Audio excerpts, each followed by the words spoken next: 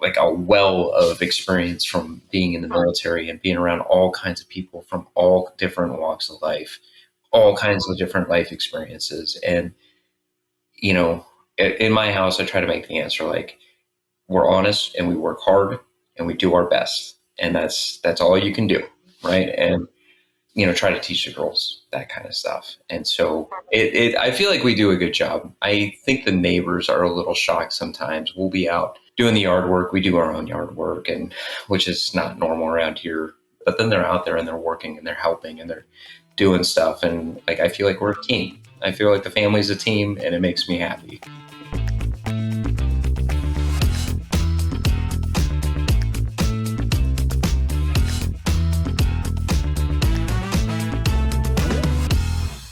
Welcome back to the AudioLife podcast, where we tell your story in your voice. I'm your host today, Carrie Purcell, and today I'm joined by a guest who has lived the real-life version of Top Gun. You'll hear the reference a few times. I won't tell you everything that's coming, but I can tell you that it is incredible, and it's like a movie at so many points in our conversation. Our guest today is Tony Roy. I can't wait for you to hear our story ahead. I was a F-18 pilot, and then became an adversary pilot flying F-5s and F-16s for the remaining 12 years of my career, for the last half of my Navy career. And then the last 3 years I spent flying F-18s again as an adversary.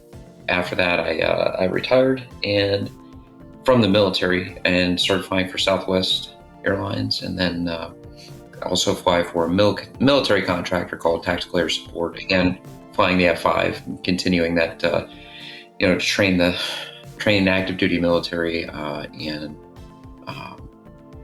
air combat maneuvering. Wow, that's a great introduction. I have to ask one quick follow-up question. How was the switch from military flying to Southwest to the commercial? It's definitely different. In the military, there's a lot of planning. There's a lot of preparation for every flight, and you're looking at the weather and the mission planning factors and all these things. And so quite a bit of prep goes in. When I'm at Southwest, there's an entire team of people that do that for me. So I show up, I fly the plane, I get out of the plane, I go to the hotel, I do that for a couple of days, and then I go home. And that's it. And so it's, in a way, it's quite nice. In another way, it's just not as exciting as the Navy flying was, but exciting is not. Sometimes you have to hang those things up. I don't want it to be terribly exciting the rest of my life, because exciting also means a little bit dangerous. Of course, that makes sense. Yeah. Good. Okay, so as you know, at AudioLife, we often want to understand your life story. So we're really trying to understand the factors, the people, the experiences, the characteristics that help to form and inform who you are and the story that you have to share with us. And because of that, I often start at the very beginning. So we are going to dig more into your career. We're going to dig more into the exciting parts, the risks, the challenges, the experiences you've had, maybe why at this stage in life, something less, more cushy makes sense. Maybe it's more comfortable at this point. Yeah. But before we get to all of that, I'm actually going to start at the very beginning and ask you to tell us where you were born, and is there a story behind your name? I grew up in Southern California. I was the fifth of six children from my parents. They had moved from the Detroit area and got there in the late 60s. Started a family. So I have four brothers, two sisters. I was actually named after a very close friend of my dad. We always called him Uncle Tony, but he passed away about, 8 to 10 years after I was born, but a close friend of my dad's. And so it named after him.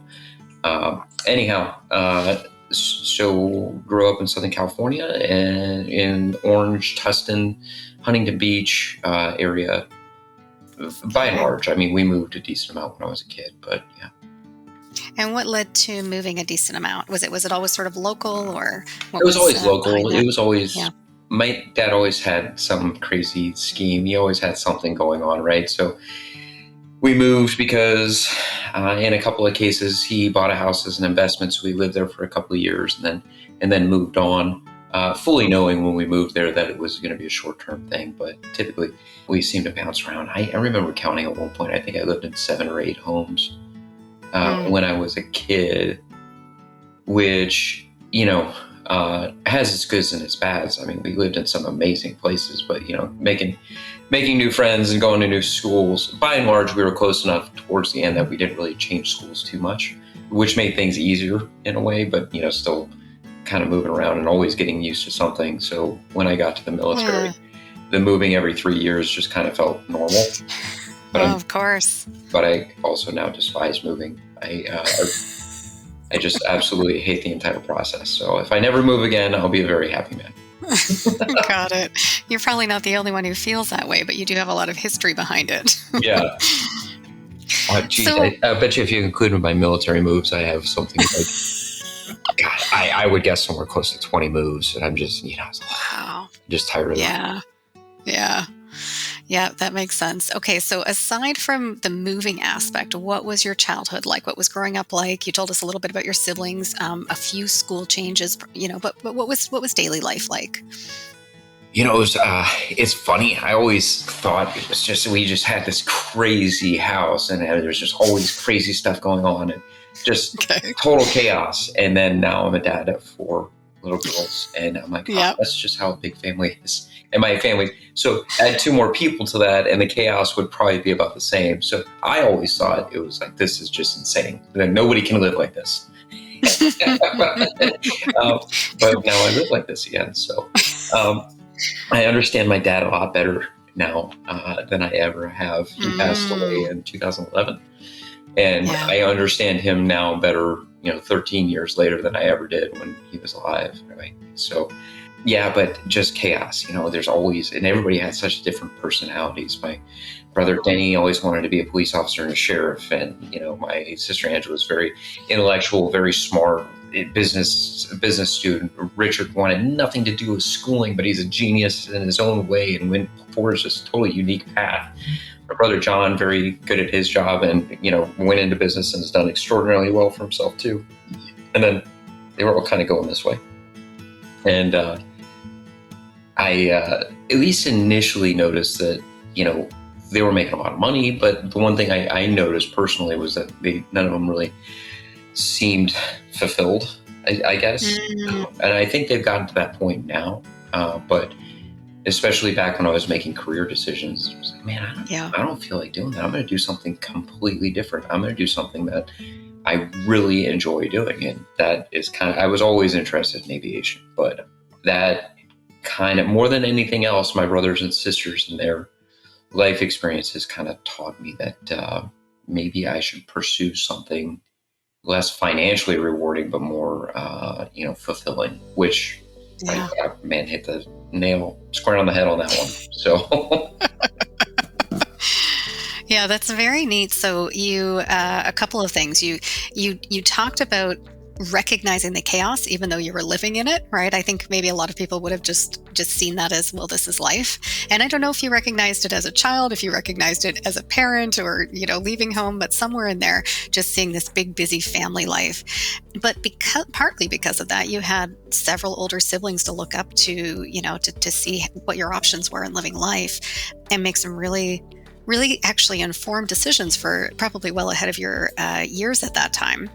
You also noted that you already had that interest in aviation. So when was the first time you were on a plane? Did you travel much as a kid? How did you get there? Or was it just, they were always overhead and you were aware of them? How did that come about?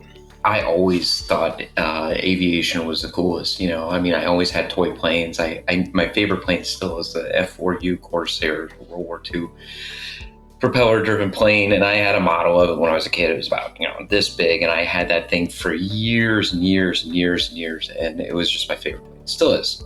And I guess I just never really thought I'd have a chance to go be a fighter pilot, go and join the military and become a pilot, fighter pilot, that type of thing. And so my dad was in the Air Force Reserves, but he was he was a ground pounder. He did not fly or anything. Yeah. and it was very derogatory towards the military. Just thought it was a waste of his time, and he really just went to go do it to get the GI Bill and get an education. Very discouraged me completely from trying to do it. So I never really gave it a second thought until I came to that realization with my brothers and sisters, and maybe not really being fulfilled, at least not in their early careers. And that was, well, let's give it a shot. But I think it was probably really loving airplanes, really watching every aviation movie, even like Star Wars. Luke Skywalker, man, he's a great pilot, and like, look at him, he's a hero. All that stuff. Whether it was Top Gun or Star Wars, or I could list 100 aviation movies, and every single one of them was just like that. That's for me right there. That's what I want to do. And we had an old Commodore 64 and an old Atari Commodore 64. Every aviation game that came out, I played until, I just endlessly. Even after I finished it, I went back and played it more. And I remember my friend had a Nintendo and I didn't, and there was a Top Gun game on it. And I couldn't play it because we didn't have a Nintendo. And I just remember really being upset, like despondent about that. I was like, "Oh, we need a Nintendo." Anyway, we never got one. I got to play it over at his house occasionally, but that's probably like the one aviation game I didn't finish as a kid. So, wow. So, what is? I think I want to move into school, but we can kind of stay in childhood still. What was school like? It was good, but again, that's where I started to realize that I was taking a bunch of accounting classes, and finance, and statistics, and it's not. That is not a cure for boredom. No, that is not something you do because you're really inspired by it. You probably maybe if you're an accountant, like they love numbers and they love dealing with numbers, but like I did not find any inspiration. It was just something I was getting through. And then I thought about what that meant. Like, I'm just gonna get through the next 40 years of my life, and that was it. So I went through a phase. I did really well in school to start at Cal Poly Pomona, and then I kind of lost my way. About a year and a half in, I think I flunked every class one quarter, just because I just completely lost interest. What am I even doing here? And then recovered from that. And that's when I kind of started formulating this plan of doing something different, doing something that I would really be interested in. And then I had to work that much harder to finish.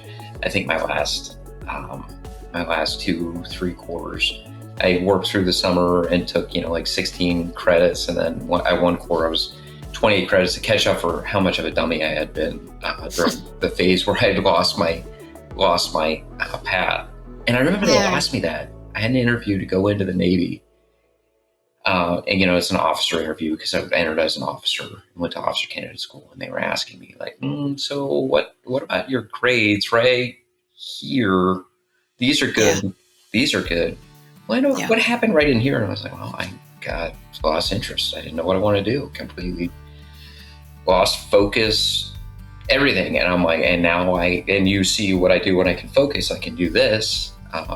And so I think that makes me a better candidate because I know what I want. And anyways, I guess they liked my answer enough that they passed me. So. Yeah. Well done. Very cool. So tell us about what was next. So once I decided to do that, literally just, there was a career fair at the college, and went and talked to a Navy recruiter, and, he was interested, but also like, I'm sure he gets a lot of like, oh yeah, I want to be a pilot. Okay, no, I really want to be a pilot. And he's like, okay, well, if you're interested, then do X, Y, Z.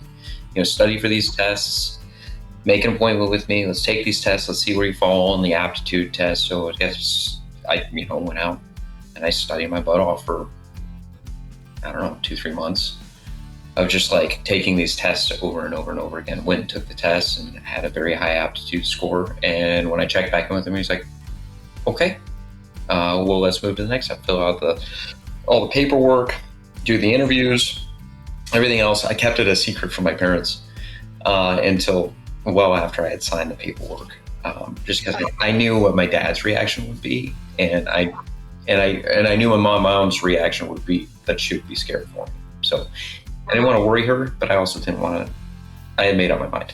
So I didn't want to be deterred. So took the test, everything, or the interviews and everything else went very well. Entrance interview, entrance physical, and then I had to finish up school and was on a pretty compressed timeline to do that because of the, quarter and a half to, the better part of a year of just screwing around. Making up courses and catching up. And then, so I finished up Cal Poly June. Oh God, I can't tell you. I think I started June 21st, 1999. That sounds right. In the Navy, which I had, if I remember right, less than a week between graduating and then leaving for officer candidate school. And that was a trip, first day at officer candidate school, getting yelled at and head shaved and, get completely thrown into a world that I really knew nothing about at all. Did you feel supported? You said you kind of kept it, as a secret until you'd made your decision, you'd signed the paperwork. Did you feel supported? Oh, no. That was, okay. No, my folks were not. My mom was always supportive, but my dad was pissed. My dad was not impressed with my decision making, not impressed that I kept it quiet from him, not impressed that I chose military, was firmly under the impression that I was going to get there and I was going to be, chipping paint and swabbing decks and that kind of stuff. And at one point made a comment, something to the effect of they don't give pilot slots to people like you. They give them to, people who have connections and, senators' sons and that kind of stuff. And, I was very deliberate about what I had done, and it is what it is. He was upset. Honestly, didn't really communicate for, almost probably 8 months. I mean, I did. I called home and I checked in with mom and dad all the time, but it was a very, they did not come to my OCS graduation. They did not. My dad finally came around by the time I finished flight school, but that was more than 2 years later, and I'd gone home in between and we had sort of reconciled things at that point. And once he saw me going to flight school and succeeding at flight school, I think he kind of started to understand that things were different. But even then it was my mom was always supportive. My dad, not so much, and it's in a way, I think that made me more determined and more certain that I was not going to fail. I was going to get what I wanted, and I was going to prove to everybody, and not the least of which my dad. But I mean, I had other people in my life you're crazy. Why are you doing this? Why would you graduate college and then go in the military? What are you, stupid?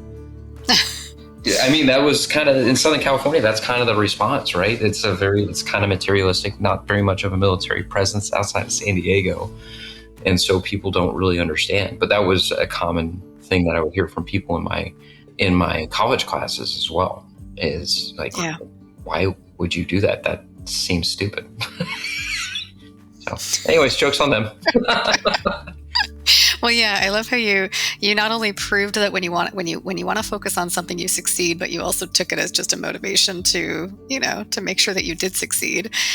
So you referenced earlier, tons of movies, tons of video games, model airplanes, but you've mentioned more than once Top Gun, which I'm sure, the vast majority of people listening to us are very familiar with. And I can't imagine you are a minority in being a kid looking at Top Gun, wanting to live that life, right? But you actually did it. So how did you had people saying this isn't the right path. You had people saying maybe not supporting you along the way, but you did do it. So how did you make it happen? I try to teach my girls this, that I went in, I wouldn't say at a disadvantage. I was never disadvantaged, but a lot of these guys came into the military aviation program with either a ton of military experience or a ton of flying experience or both. And I came in with, I think I had 10 or 12 hours of flight time in a Cessna that I begged, borrowed, and stole to pay for. Yeah. And just enough to like, yeah, this is for me. Like this is amazing. Flying around a Cessna 152, which is like, the Volkswagen Bug of airplanes. And I'm like, well, this is badass.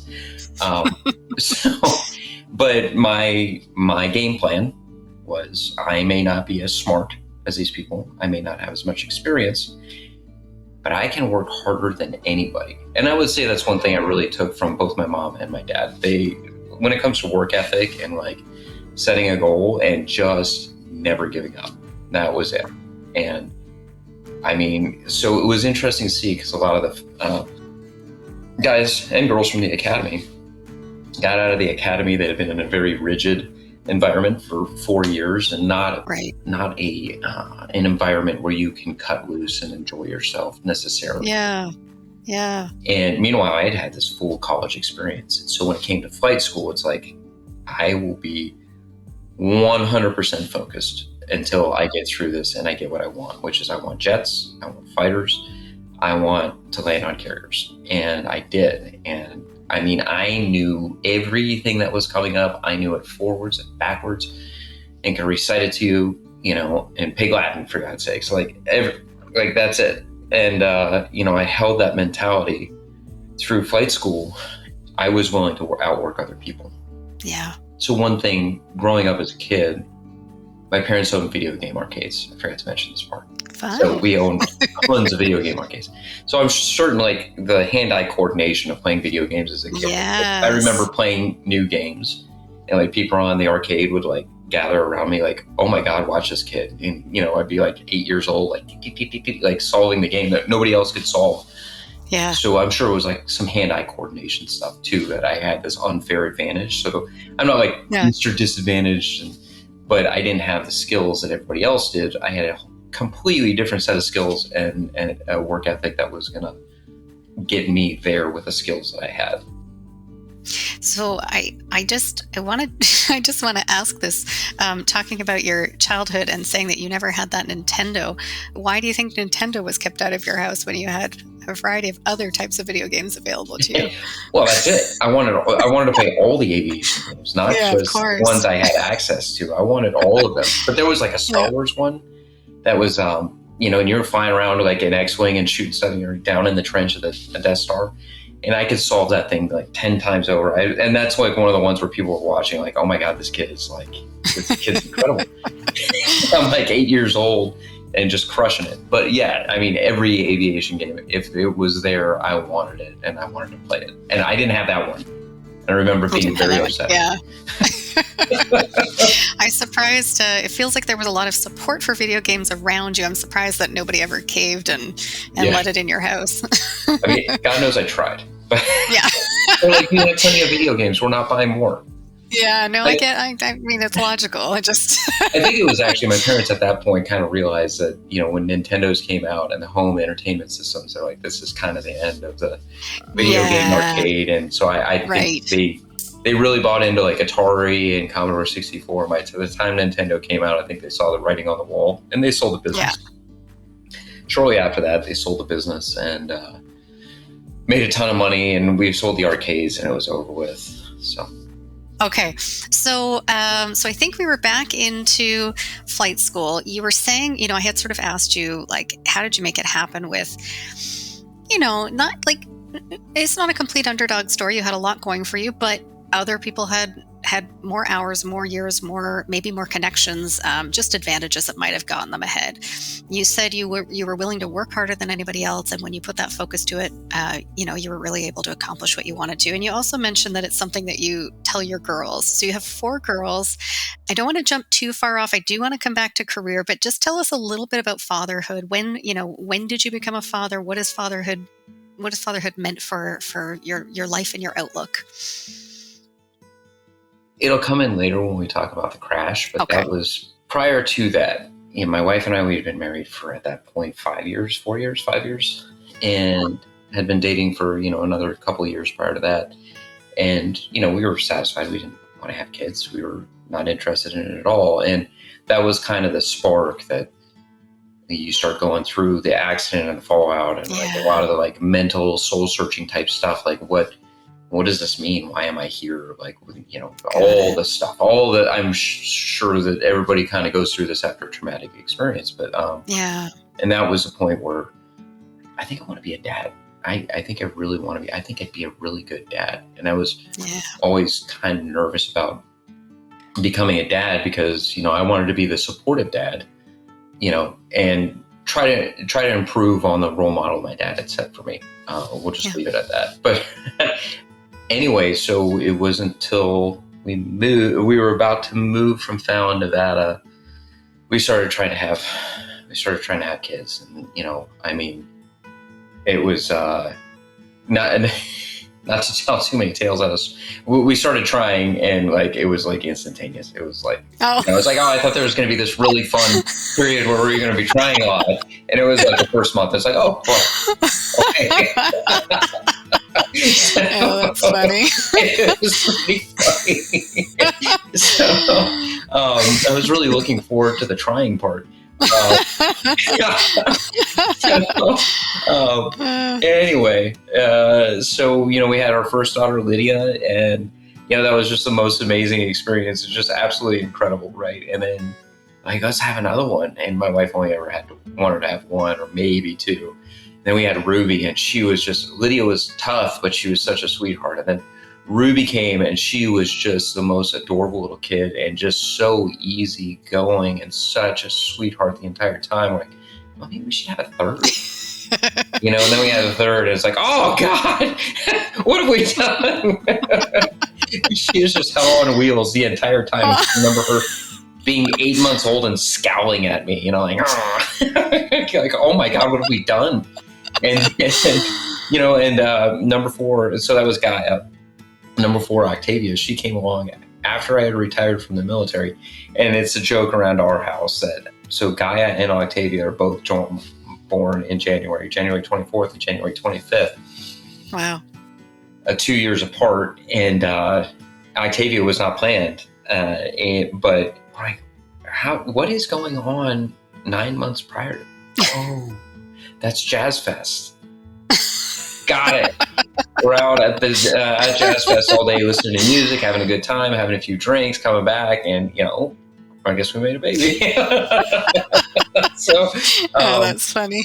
But like, it's incredible. But I do think, in a way, I'm not going to claim I'm a good dad. I try my best, but it's day by day. Like yesterday was one of the harder days as a dad. It's just like after like 3 hours of just getting pummeled by daddy, you're exhausted, and you're like, good God, you shut up. On days like that, it's tough, but I think overall I'm a good dad. And I think when the girls have stuff happen, they probably get tired of my anecdotes, but I can relate it back. I dealt with this. This is what I've seen. I knew somebody who dealt with this, and like all this, like a well of experience from being in the military and being around all kinds of people from all different walks of life, all kinds of different life experiences. And, in my house, I try to make the answer like, we're honest and we work hard and we do our best. And that's all you can do. Right. And, try to teach the girls that kind of stuff. And so I feel like we do a good job. I think the neighbors are a little shocked sometimes. We'll be out doing the yard work. We do our own yard work, and which is not normal around here. But then they're out there and they're working and they're helping and they're doing stuff. And like, I feel like we're a team. I feel like the family's a team, and it makes me happy. All of them have their such unique personalities, and like, you have to like speak to them, and like, you have to get to them in a different way. Like Lydia, I know if I say I need to approach her like this, and Ruby, like I can just ask her to do something, and she'll be like, yes, Father, I love you. I will do anything for you. Yes. And Gaia, it's like, you gotta like flick the switches in the right order to get her, and then she'll be like, fine, I will help. And then Octavia, we haven't figured that one out yet, but. So how old are the kids, just for reference? 11. Lydia's 11. Ruby is 9. Gaia is 6, going on 7 next month, and Octavia is 4, going on 5. So So Okay. Wasn't a test, but you did really well anyway. no. I know sometimes it's like, did they? Well, it's So easy because at one point they were all 2, 4, 6, 8. There's just yeah. a little bigger gap between Ruby and Gaia, so they lag about 6 months. So occasionally it's 3 years between those two, but it makes it very easy. Yeah. Yeah. Well, I mean, there's no better advice you can give than you just gave, and that you give continually with your girls. And, I'm sure at different points in their stages in their lives, that wealth of experience and those examples and those stories that you have to bring are going to be invaluable. I know there are moments where they're going to say, "Yeah, Dad, I don't care," but I'm sure there'll be a few. There will be a few of those, but there will be so many where that's what they're looking for, where that's what they need, and they know that you'll have the answers and you'll have the experiences to share. And now for a word from our sponsors. Ready to share your stories and life philosophy, or capture those of a parent or grandparent? Or maybe a corporate package is right for you to build connection across your workforce and add value to your clients. Visit audiolife.io today to learn more. Our listeners will get 10% off using discount code GIFT10 and order number AudioLife Podcast. AudioLife, where memories find their voice. In what you've shared so far, you do bring that outlook of analyzing and learning from, all of your siblings around you, from your parents, and it sounds like from so many people that you've experienced through work as well. I think that's something that you bring uniquely. It's not just the years that you've lived, it's the way that you see and learn from all of those people around you. I'm able to bring in a lot of examples from growing up as a kid and like, hey, here's what happens. Let me give you the example of my brother Richard, who didn't want to study and didn't want to go to school. And my sister Angela, who was a perfect student, this and that. Like, things go hard for this one. Things go easy for this one. Like, we're never going to stop giving you a hard time about getting schoolwork done. You can either do it yourself, or we'll remind you every minute to make sure you get it done. So, but it's like stuff like that where it's like, I do think that, the work ethic and the importance of education and working hard that my parents instilled was the most valuable gift they could have ever given me. And that's what I'd like to give to my girls as well. Like, you can accomplish anything if you have a goal and you work towards it and you don't give up. I do still think to this day you can accomplish anything. Yeah, I'm with you on that one. So I agree. So I jumped ahead a little partly because I wanted to know your family stage as we talk about some of those really big moments in your career. But we will come back to family some more, but let's go back to your career. You had actually taken us from you had ballparked probably something like 10 to 12 hours in a Cessna to being in flight school. Tell us about, I don't know if there was anything significant, and I'm sure there were lots of things, but if there's anything in flight school that you want to highlight before we sort of talk about what was next from there. Oh man, it was just, it just felt amazing. I loved it. I went through with a great group of guys. I'm sure every group is great. I always seem to get along a little bit better with the Marines. At one point I thought about jumping over to the Marines because they were just all, I got along with, I was on the same wavelength as them. Here's a funny one for you. My on-wing, when I was in T-34s, which is your initial primary trainer that you're in. So the way it works is you show up, you go to Officer Candidate School, that's 13 weeks, and then you go to Aviation Pre-Flight Indoctrination, that's 6 weeks, and then after that you go to Primary Flight School, and that can last 6 to 10 months. Starting in T-34s, all of it I just thought was amazing. Like, I was just learning about aerodynamics and how airplanes really work, then getting to primary and getting to do aerobatics for the first time, doing loops and rolls, and that was just the coolest thing ever. Flying formation, flying this close to a plane next to you just blew my mind. So freaking cool. And I loved Corpus Christi. It was in Corpus Christi, Texas, where I later met my wife. Just everything. I couldn't get enough of it. I would routinely go ride in the back of flights as a student, where there'd be an instructor up front and I could just ride in the back and go along because I really enjoyed it. I just I couldn't get enough of it. And I mean, in a way I still can't, it's just fun. So in terms of going through and things that really stand out, I'll toot my own horn for a minute. I worked my butt off. And in primary, I got, there's like a grading scale and it's all based on standard deviations and stuff. And I got like the top possible grade out of primary flight school, an NSS Navy standard score. And I got an 80, which means that like the bell curves over here. Like, and I mean, Yeah. I think that was all my arcade experiences, but then also just working my tail off. Everybody else was out partying and chasing girls or, this, that, and the other thing. And I'm in there studying my emergency procedures and studying course rules and studying engine and oil diagrams. And like, I knew everything about that plane inside and out. And then I got selected for jets. I graduated top of my class. I got selected for jets. It was a huge motivating moment for me. And then I got down to Kingsville, Texas, and started learning about the T-45. And like, that was just the coolest, and worked my butt off there. I still scored way above average, didn't score as well. It was certainly harder. But I suppose that's kind of like going from like college football to the pros, right? But man, it was challenging. It was hard. This is the first time I landed aboard an aircraft carrier, and that just blew my mind again. First time fighting an airplane, doing air combat and dogfighting, and that blew my mind. Air-to-air gunnery and that type of stuff, like simulating shooting at another airplane, like, and trying to like refine your techniques for doing that.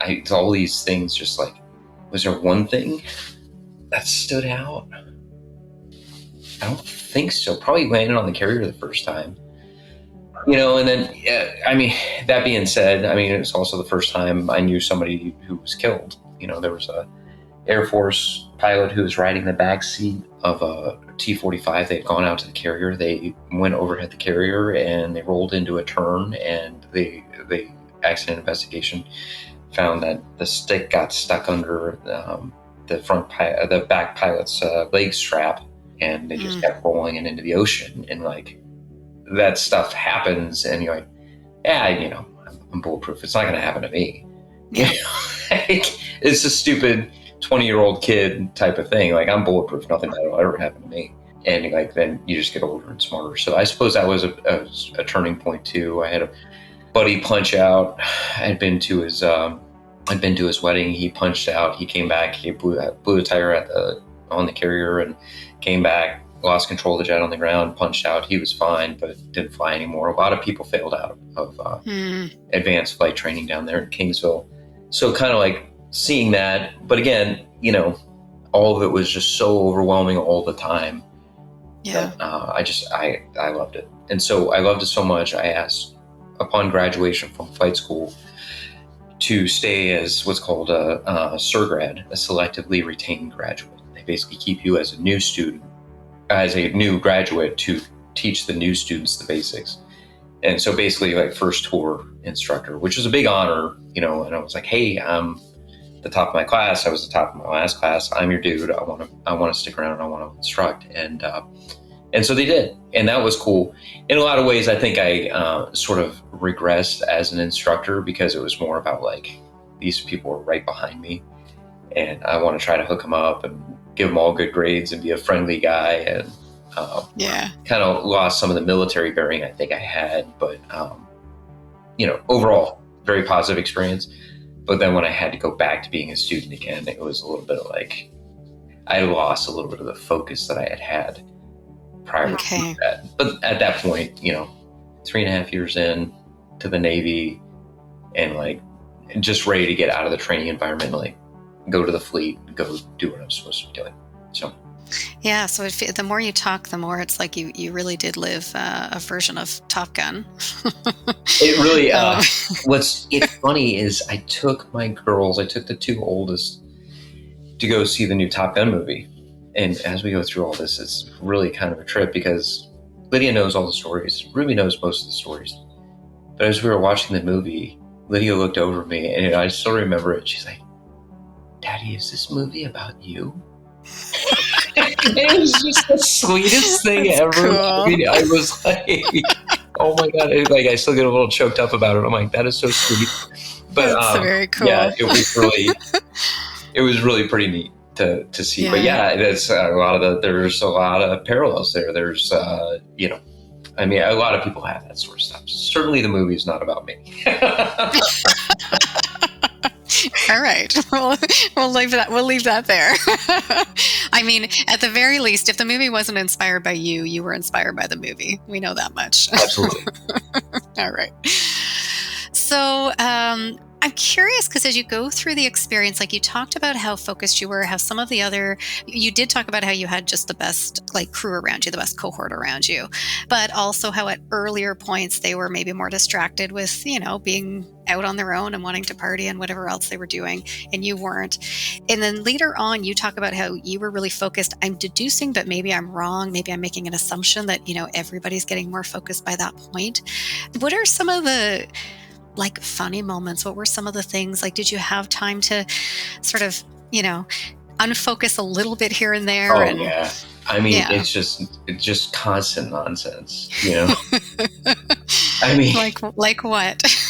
yeah, I remember laughing so hard here at officer candidate school about just the dumbest things, but it's like you're in this like pressure environment Yeah. where everything's supposed to be so serious all the time. And then, somebody cuts loose or somebody does something funny or like, farts at the wrong time or something. And it's the funniest Yeah. thing you've ever seen in your entire life. It's like, Yeah. or the drill instructors, once you realize that the drill instructors are not really trying to make you fail, they're just trying to see if they can get under your skin. Right. And you understand it's a game and now it's funny and you can look at the stuff they're doing and it's just hilarious. I mean, so like, I can't give you a good example. I remember there were a few during inspections where like, it's pure chaos. There's like, they've got this guy over here doing jumping jacks while singing supercalifragilisticexpialidocious. And, this guy over here is like, tearing stuff apart. It's just like, just so absurd. Or like during flight school, such good dudes. Like it seems like the Marines kind of went this way, and then like all the academy types went over this way. These are all the very brainy, like intellectual type, like 1,000-pound brains. All the Marines are kind of like, I kind of fit in with them. We were all the crayon eaters, and like, but they were all such good people, but like just hilarious. Everything that would come out of their mouth would be funny. And I just remember laughing at more at that point than I ever did in my entire life, and there were certainly times to cut loose, but like when it was time to study, those dudes by and large, because they didn't have the 20-pound brains, like we all like had to study that much more.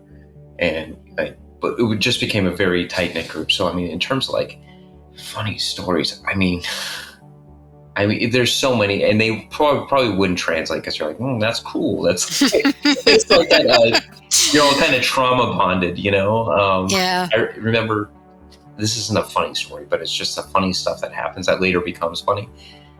One of the guys, get fresh out of officer candidate school and, making, not very much money. He went out and bought a brand new Jeep Wrangler, and he was driving on the beaches in Corpus Christi and smashed into this submerged piece of metal. It was like a part of a ship or something. Completely destroyed his brand new Jeep. And I remember him just kind of like sitting there looking at it as his like brand new Jeep is just absolutely destroyed, sitting there, and we all started laughing. Like, everybody's okay. Nobody's hurt. Yeah. Like, I can't believe that just happened. That's the most absurd thing ever. Like, just stuff like that where it's just with the pressure cooker and you get to go like cut loose and like everybody's so worried about whether or not he was okay. And then you find out he's okay and it's a truck. Who cares? Like, we'll get over it.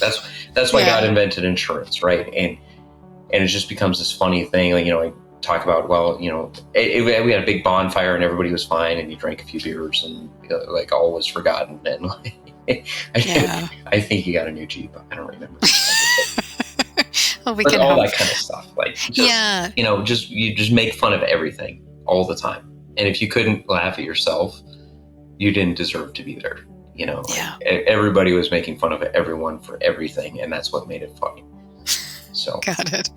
Yeah, no, it gives a really good picture of what in its own way, even though it's the extremes, it's its own balance, right? You were so far into that, like that deep, dedicated, focused, pent up side of things that it had to swing the other way sometimes. It had to just be silly, goofy, or give you enough perspective to be like, for some people at some points in time, that brand new Jeep is everything to them. But we have enough perspective to realize he's safe, not a big deal. It's just a car.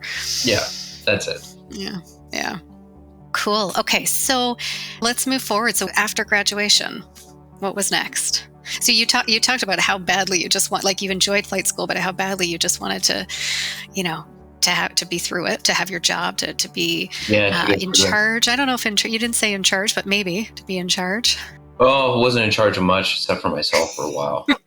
Okay.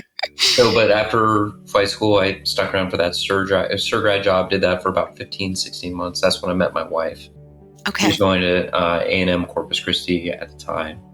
And so we started dating. Then I got orders to Virginia Beach and went to Virginia Beach to go start flying the Hornet. And that was just everything I had done until then. The first time, I immediately started going and getting a backseat rides in the Hornet and like went and watched like how a plane could maneuver and what it could do. Mm, And it was just eye-opening. It was just, holy smokes, I'm in the big league now. yeah. And went and did that.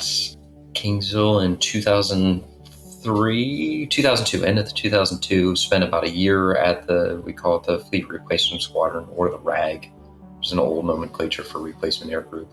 And they teach you everything about the F-18, how to fly it, how to navigate it, how to fight, how to drop bombs, how to land aboard a carrier day and night. So that was my first night landings. That was probably somewhere around 2003, November 2003, October, November 2003. And just like landing on the carrier during the day eventually becomes routine. Okay. And is not scary. Landing on the carrier at night never becomes not scary, Yeah. So, and I'll give you an example of like when you land on the carrier, the hook grabs and the plane rolls out, and you go to full power. In case you miss the wire, you go and you fly away, Okay. right? But when you stop, they tell you to hold your brakes, and then they pull the wire back, and the plane comes back. And then once they tell you to bring your hook up, and then as they tighten everything up, pull that wire back into battery is what it's called. You're supposed to hold the brakes with your feet. Now your feet, it's a calf exercise, so you push the top of your feet. And I can tell you that, I don't know, 120 whatever night carrier landings I had, there was never a time at this point where my feet were not trembling. I mean, after a 7-hour mission in Iraq, the scariest part was landing aboard the carrier. And my feet never not shook. Yeah. So my very last night carrier landing, I knew it was going to be my last one because it was going to go be an adversary, and they don't land aboard the carrier. And I was so thankful. But they take you through all that stuff, but that was the most intimidating for me was the night carrier landings. I think it is for everybody, but dropping bombs from a real fighter, really fighting the airplane and just enjoying the hell out of it. And I had a knack for it, really enjoyed it. All of it was incredible. And Virginia Beach was a fun town, another fun group, made lifelong friends from that squadron that, I still keep in contact with, and just incredible. And then from there, finished out that training, and I got my first fleet squadron, which was VFA 15, the Valiants, carrier air wing 8 aboard the USS Theodore Roosevelt. And so that was my air wing and my ship that I was going to deploy with. And they had just come back from a combat deployment. So I went to, I guess that would have been November or December of 2004. I got to VFA 15 and then spent 3 years with them. Did a combat deployment with them, workups, deployment, second set of workups, all that stuff. So, yeah. So I don't know if you've touched on some of this yet or not. You may have, but I want to sort of, as we survey points in your career, talk about highlights and challenges. Can you walk us through wherever you want to start, highlights or challenges in your career? In terms of the flying, my real challenge was instruments. The only flight I ever tanked was my instrument check ride, my IR check ride. Roddy McDowell was my instructor. It would have been 2000, I can still remember. And I just was not good at instruments. And it's a very conceptual thing, completely different than flying when you're using your eyes and fighting and everything else. Coincidentally, this is what I do at Southwest now. So I've gotten very good at it. It did not come naturally to me. I was going to ask, but later it occurred to me that might be the case. This is the flying that I do, but it's all, at the time it was all radial intercepts off of radio beacons and, flying. Yeah. And so, kind of trying to think through all the procedures, and it's all, I can still remember some of the nomenclature. You're going to tune, twist, toggle, all these things. I'm like, step. Yeah. And I thought I had it right, but I didn't have it good enough. Anyways, so tanked that, got a couple practices, flew it again, did it fine. I was never particularly strong in instruments. That came back when I got to Southwest. Like, I had to work that much harder to actually to get good at it. And now I can, it's funny, I go back as a contractor now and I fly the same plane in the F5. It's much upgraded, but it's like, it's a non-starter. I used to get nervous about like going to a foreign airfield that I had never landed at before. And what if this, what if that? I'm not sure the runway configuration. Now it's like, that's what I do. And it's a total non-starter. And so I'm like leading the dudes at TAC Air across country because I'm like, this is no sweat. I've got to just hang out on my wing. I'll get you there. Like, let me show you how to shoot this kind of approach. Let me show you how to do this. Let me show you how to do that. And I'm teaching them. They have way more hours in the jet than I do, but I'm teaching them how to use systems they've never touched before. The other real challenge was, just sort of the interpersonal stuff in the, not necessarily in flight school, but I don't know what it was. I always seemed to have a level of friction with specifically pilots from the academy. And I think this is a fairly common thing where just a different thought process, a different way of thinking about things, a different way of going about things, and just always had friction there. So learning how to deal with personalities like that, and the 20, I can give you an example of a guy in my first fleet squadron, Bob McClure. We used to call him Waldo. Smartest guy I've ever met. I don't doubt that is true. Maybe not the smartest, definitely top 3. Okay. The dude could build you an airplane out of household parts, right? And just incredibly smart. He was an aeronautical engineer, or, physicist or some shit. I don't know. But he couldn't make you toast. One of those. And it was like, meanwhile, I'm exactly the opposite. I'm like, I can do all these things very competently, but I don't understand this stuff. And I used to call it the I believe button. When you start getting to complex, engineering and physics and everything else. And I'm like, I don't know. I'm going to press this I believe button right here and just learn the facts. How it's supposed to work. I don't understand, but this is okay. Yeah, that works like that.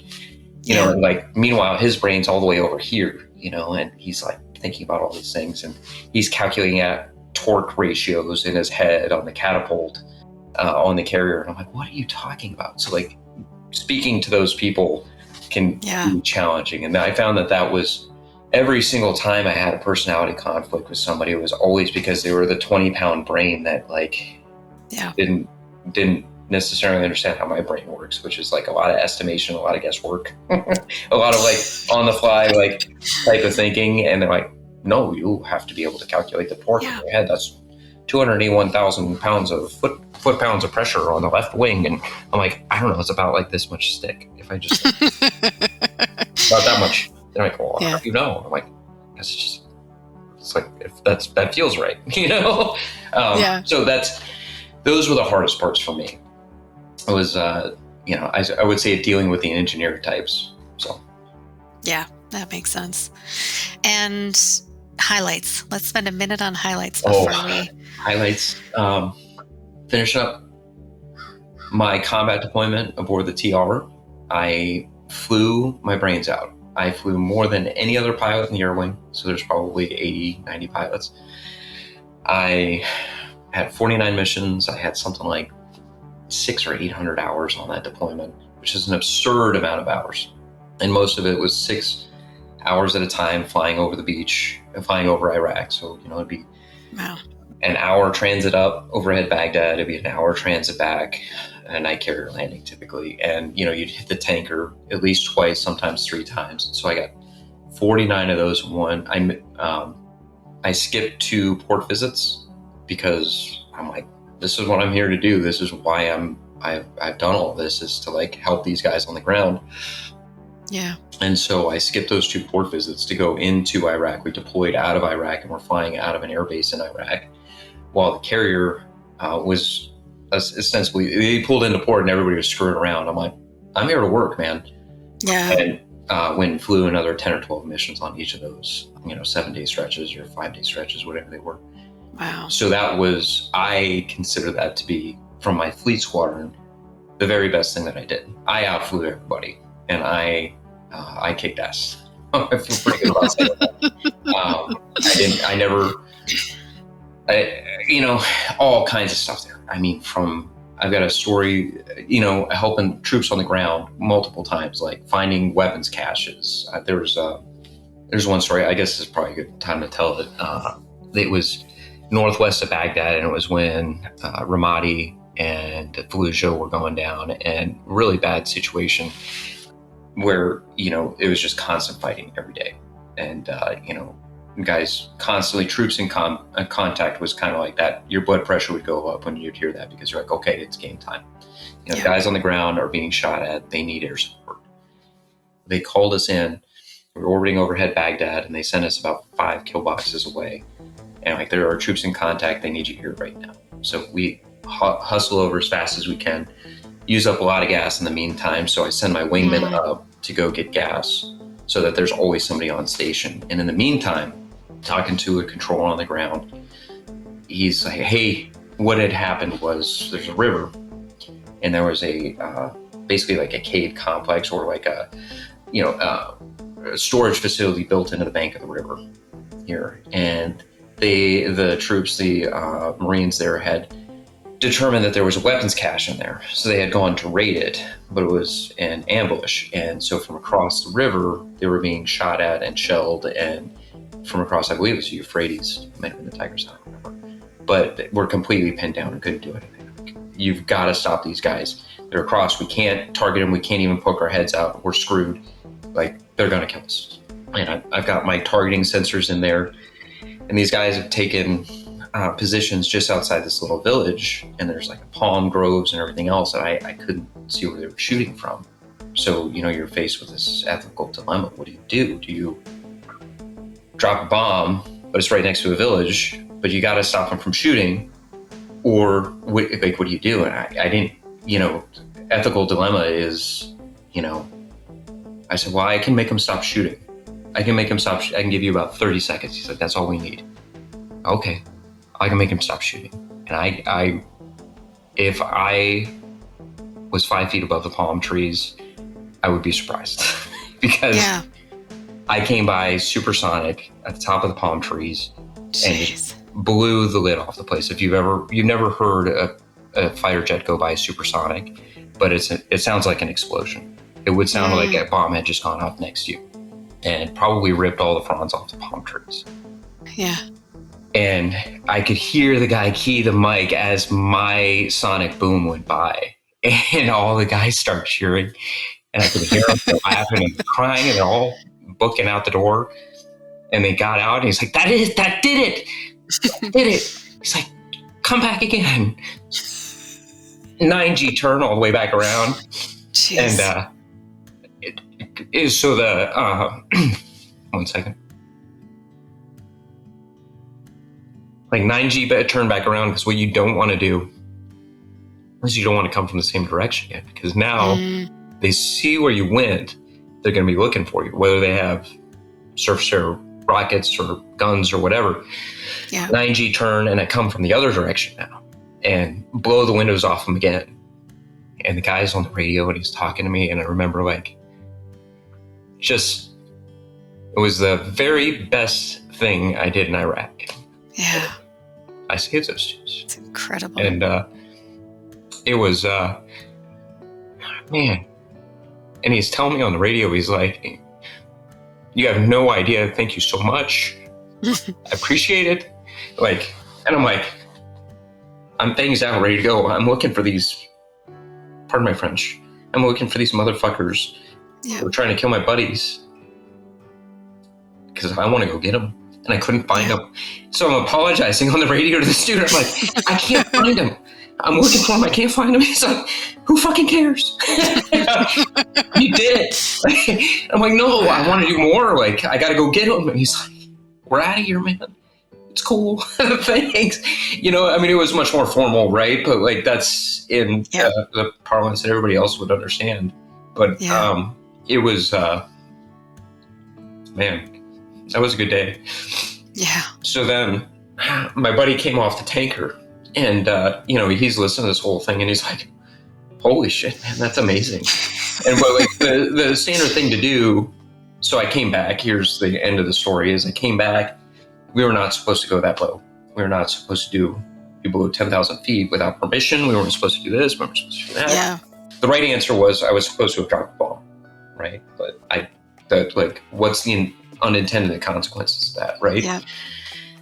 So I came back. I was like, oh yeah, nothing much happened. And I destroyed my tapes because I didn't want to get in trouble for breaking all the rules. Anyways, I really wish I had that video of me flying over because I'll bet you we have what's called a radar altimeter and it bottoms out at 10 feet. And I would be surprised if it was reading anything other than 10 feet for a really long time. It's the lowest and the fastest I've ever gone in my entire life. And anyways, I destroyed the tapes, didn't really tell anybody about it. And like, that was it. Until now. No. You've been listening to the AudioLife podcast, where we tell your story in your voice. I've been your host today, Carrie Purcell, and today you got to hear the memoir of Tony Roy. I hope you enjoyed. If you like what you heard today, consider recording your own AudioLife private podcast or giving one to a loved one for a unique and memorable gift. Today, AudioLife listeners will receive 10% off using discount code GIFT10 and order number AudioLife Podcast. Also, remember to rate our show and subscribe so you'll never miss an episode.